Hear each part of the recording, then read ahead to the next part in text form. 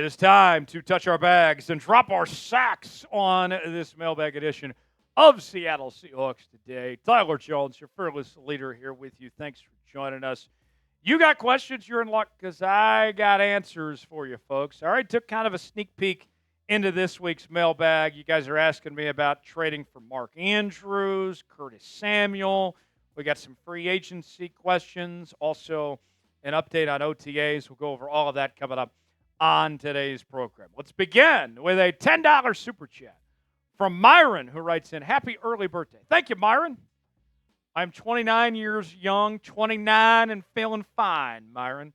Have a great time on your trip. Headed off to South Padre Island this weekend, where even though I'm close to 30 now, just a year away, that doesn't make me feel good at all. I will be feeling like I'm 21 again. Give us the latest. I'll update you on my travels, Myron. You can follow me on X and Facebook and IG at Tyler Jones Live as the Summer of Jones continues for your fearless leader, Myron. Thank you. Backdoor Savage writes in with a $10 super chat. Do you think a cornerback like Jaylen Ramsay will put the defense in the elite category, or a DN like Trey Hendrickson, who is more likely to be acquired? So we're recording this on Wednesday, and at the time of this recording, both players have not been moved just yet, although there have been some rumblings that Jaylen Ramsay could be on the move here sooner than later. With that said, I think Hendrickson is a better player than Jaylen Ramsay is right now. And I think with just the amount of sacks that Trey Hendrickson puts in year out, he can have a bigger impact than what Jaylen Ramsay can have as a corner at this point.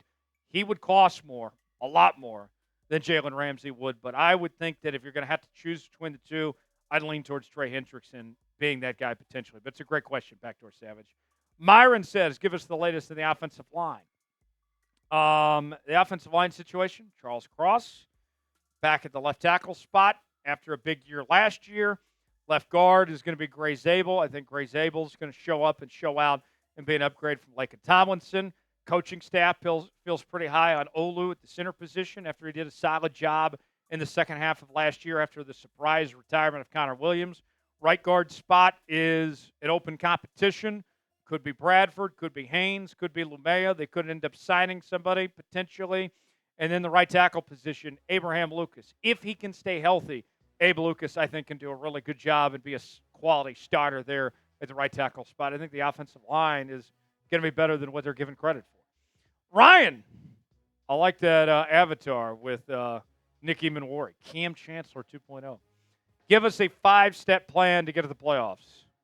Well, the offensive line, number one, has got to play at a high level. Number two, Sam Darnold has got to be efficient and take care of the football. He also needs to do a better job of getting the ball out quicker, which is something he struggled with in Minnesota. Number three, I need an elite pass rush, and it's not so much that you need to be blitzing all the time. I know that Mike McDonald has said he wants to call up more blitzes, but think about this. The Eagles last year had so much success, particularly in the Super Bowl, without actually having to blitz and go after the quarterback. So that would be my third step in that plan. Number four, I think, is health, especially with older players like DeMarcus Lawrence, Cooper Kupp. I think you need those guys to stay healthy. And then number five, I would say, run the damn football. You need an effective run game. If Seattle can do all five of those things, without a doubt in my mind, they would be a playoff team in 2025. Folks, want to make sure not only you're subscribed, but you also have your notifications turned on, that you're part of what we call the Noti Gang here on Seahawks Today. Those are the people that are the first to know when we have new content here on the channel, whether it's a live show, a new video, breaking news. Maybe you want to be a part of the next mailbag segment that we do each and every Wednesday where we answer your questions live in real time. Well, you need to be subscribed and turn on notifications. If you're part of that Noti Gang, spam Noti Gang in the comments section. Subscribe now for free, youtube.com/Seahawks TV, and hit that Noti bell to stay alert and up to date with everything here on your Hawks. Steve from Blues Clues writes in. You know, it's funny. I've said this around the office. I'm not going to offend anybody by saying this. One of our newer employees, he's been here about a year now, Joey Peterson, host of Ravens Rundown. He reminds me of Steve from Blues Clues. I get Steve from Blue's Clues vibes every time I talk to Joey Peterson, see him over on Ravens Rundown. Speaking of Joey and the Ravens, here's a question for you. Should Seattle trade for Mark Andrews? Mandrews. I like Mark Andrews. This is a guy who has been fantastic, dating back to his days with the Oklahoma Sooners. In the words of Gus Johnson, he's been doing it with diabetes as well, which, I mean, I don't know how much you guys know about diabetes, but, I mean, the blood pressure, the blood sugar and all that, I mean, that's no joke. I do not envy anybody with diabetes by any stretch of the imagination. But here he is with diabetes, and he has been one of the best tight ends in football, folks. Now, his numbers have slipped a little bit compared to what we saw back in 2021 when they had over 1,300 yards. But still, 847 yards in 2022, 544 yards. Did miss some time in 2023. Last year, bounced back a bit, 11 touchdowns. People, though, have a sour taste in their mouth from Mark Andrews after he had an awful performance in the AFC divisional round as he made some crucial mistakes that one could argue cost the Ravens a chance at the AFC Championship game. He's still a very good football player.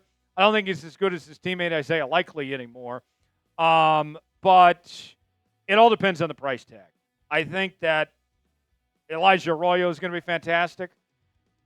If you move on from Noah Fant and you pair up Arroyo and Mark Andrews, if I don't have to break the bank and give up a ton of assets, then I would be intrigued with Mark Andrews potentially. Should the Seahawks trade for Mark Andrews?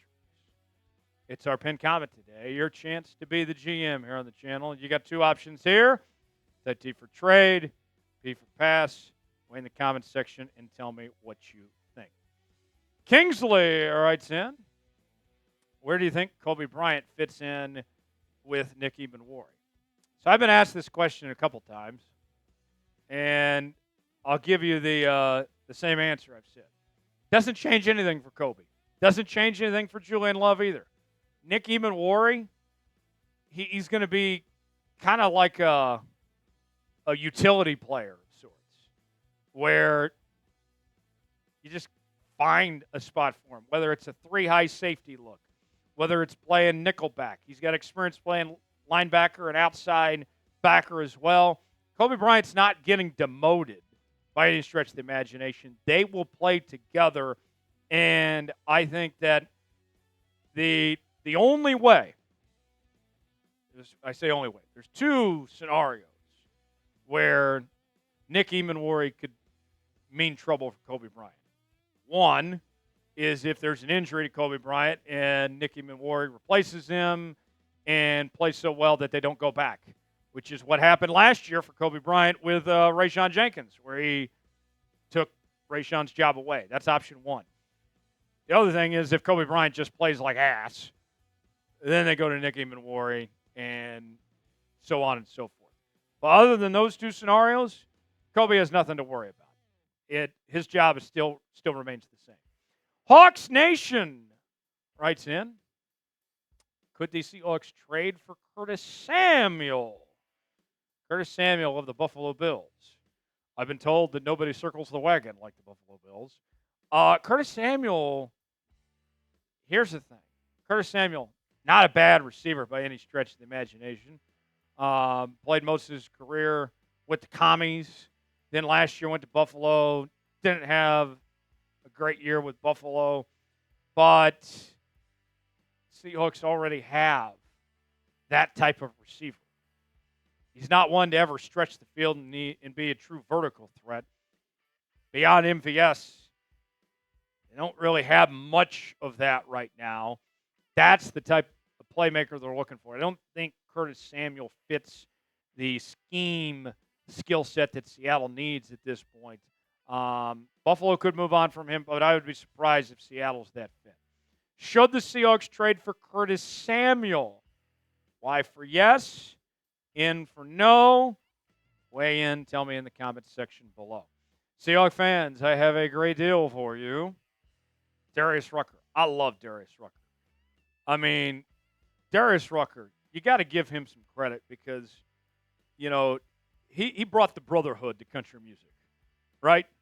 And he's he's bringing the swag to the 12s as well. He's a diehard Seahawks fan, and you can get this Darius Rucker Western shirt, which I got to tell you is fantastic. Whether I'm in Nashville or I'm in Seattle, maybe I'm out in a cornfield somewhere, I mean, you're going to look fantastic wearing this thing. And the best part about it is that it's on sale, 40% off. 40% off, my friends, at chatsports.com/Darius. You're going to be singing Wagon Wheel and rooting on your Seahawks wearing this thing. That sounds like a lethal combination, if I'd say so myself. Chatsports.com/Darius to get this shirt today. Link is in the comments and description of today's video. We also have other Seahawks merchandise for your liking as well.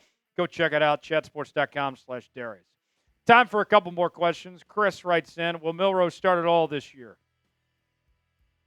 There's two ways. One is if Sam sucks. Yeah. The other is if Sam gets hurt.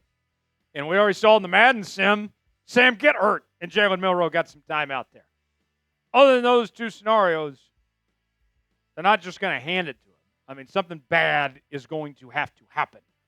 Now, here's another. I'll give you a third scenario, come to think of it. And this is a bit of a stretch, but I'll put it out there anyway. If Seattle goes on a tear and they lock up their playoff spot before Week 18, then Jaylen Milroe could start Week 18. But we're a long ways from that right now. So, short answer, highly unlikely. Long answer, there's some slim chances in there. Last question, Lon writes in, when does training camp start? July 20th, 2025. Training camp starts. We'll be all over it right here on Seattle Seahawks Today. Thanks for joining us here on the program. Subscribe now for continuing Seahawks coverage. YouTube.com/Seahawks TV. I'm Tyler Jones, your brother from another. Thanks for joining us. We'll see you next time here on the channel.